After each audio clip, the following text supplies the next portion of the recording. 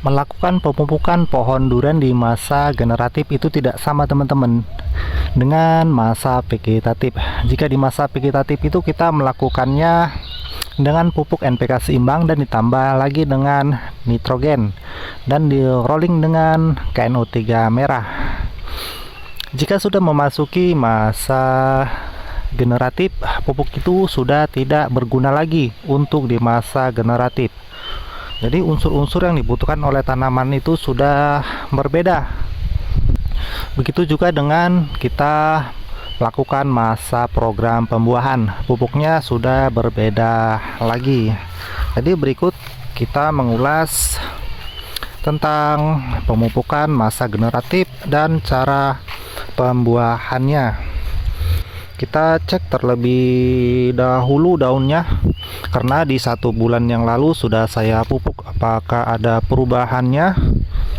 Nah, ini daunnya sudah kelihatan segar. Tempo hari ini banyak diserang ini seperti ini, bercak-bercak seperti ini.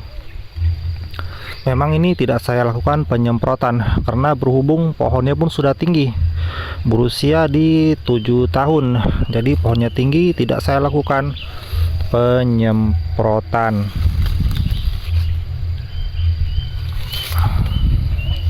Nah, ini dia, ini pohon yang usianya di atas 15 tahun. Tingginya pun sudah sangat tinggi, batangnya pun sudah besar.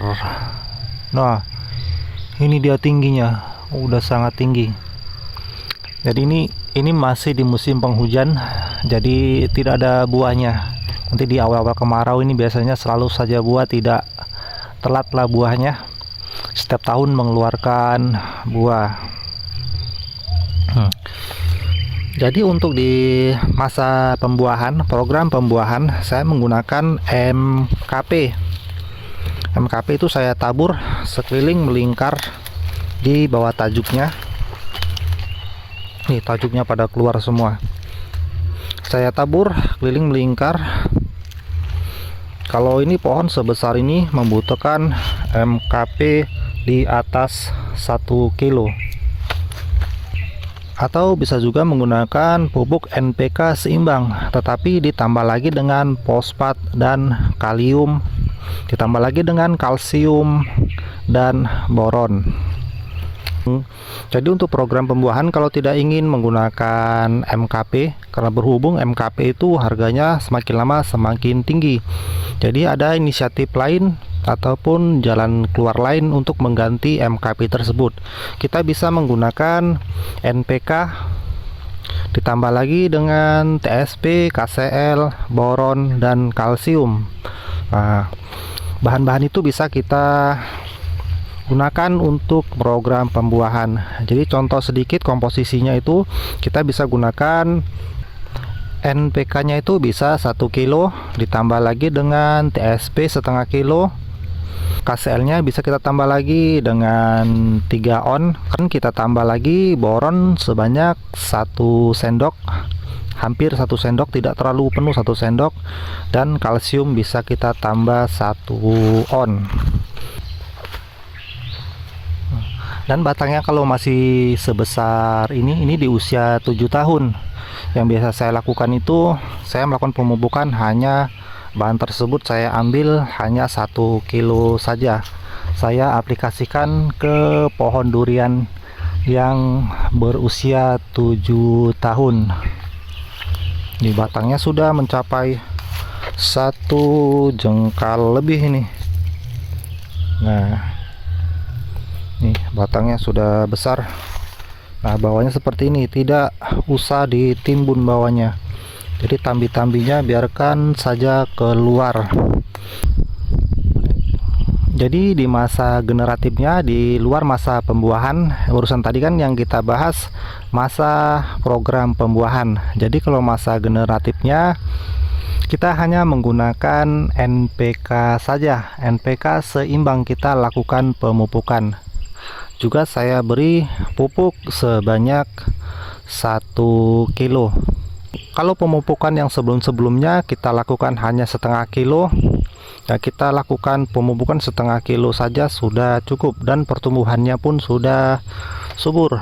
Jika kita lakukan biasa 1 kilo pemupukan di usia 7 tahun, jadi kalau kita beri pupuk setengah kilo, pastinya kekurangan nutrisi ataupun kekurangan pupuk, ataupun bisa kita kurangi dengan setengah kilo, tetapi itu dibantu dengan pupuk kandang.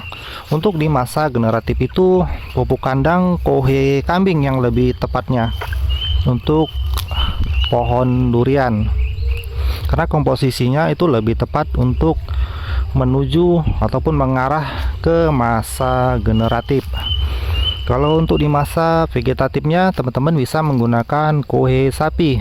Kohe sapi juga bagus untuk masa pertumbuhan. Jadi di masa generatifnya bagusnya kohe kambing.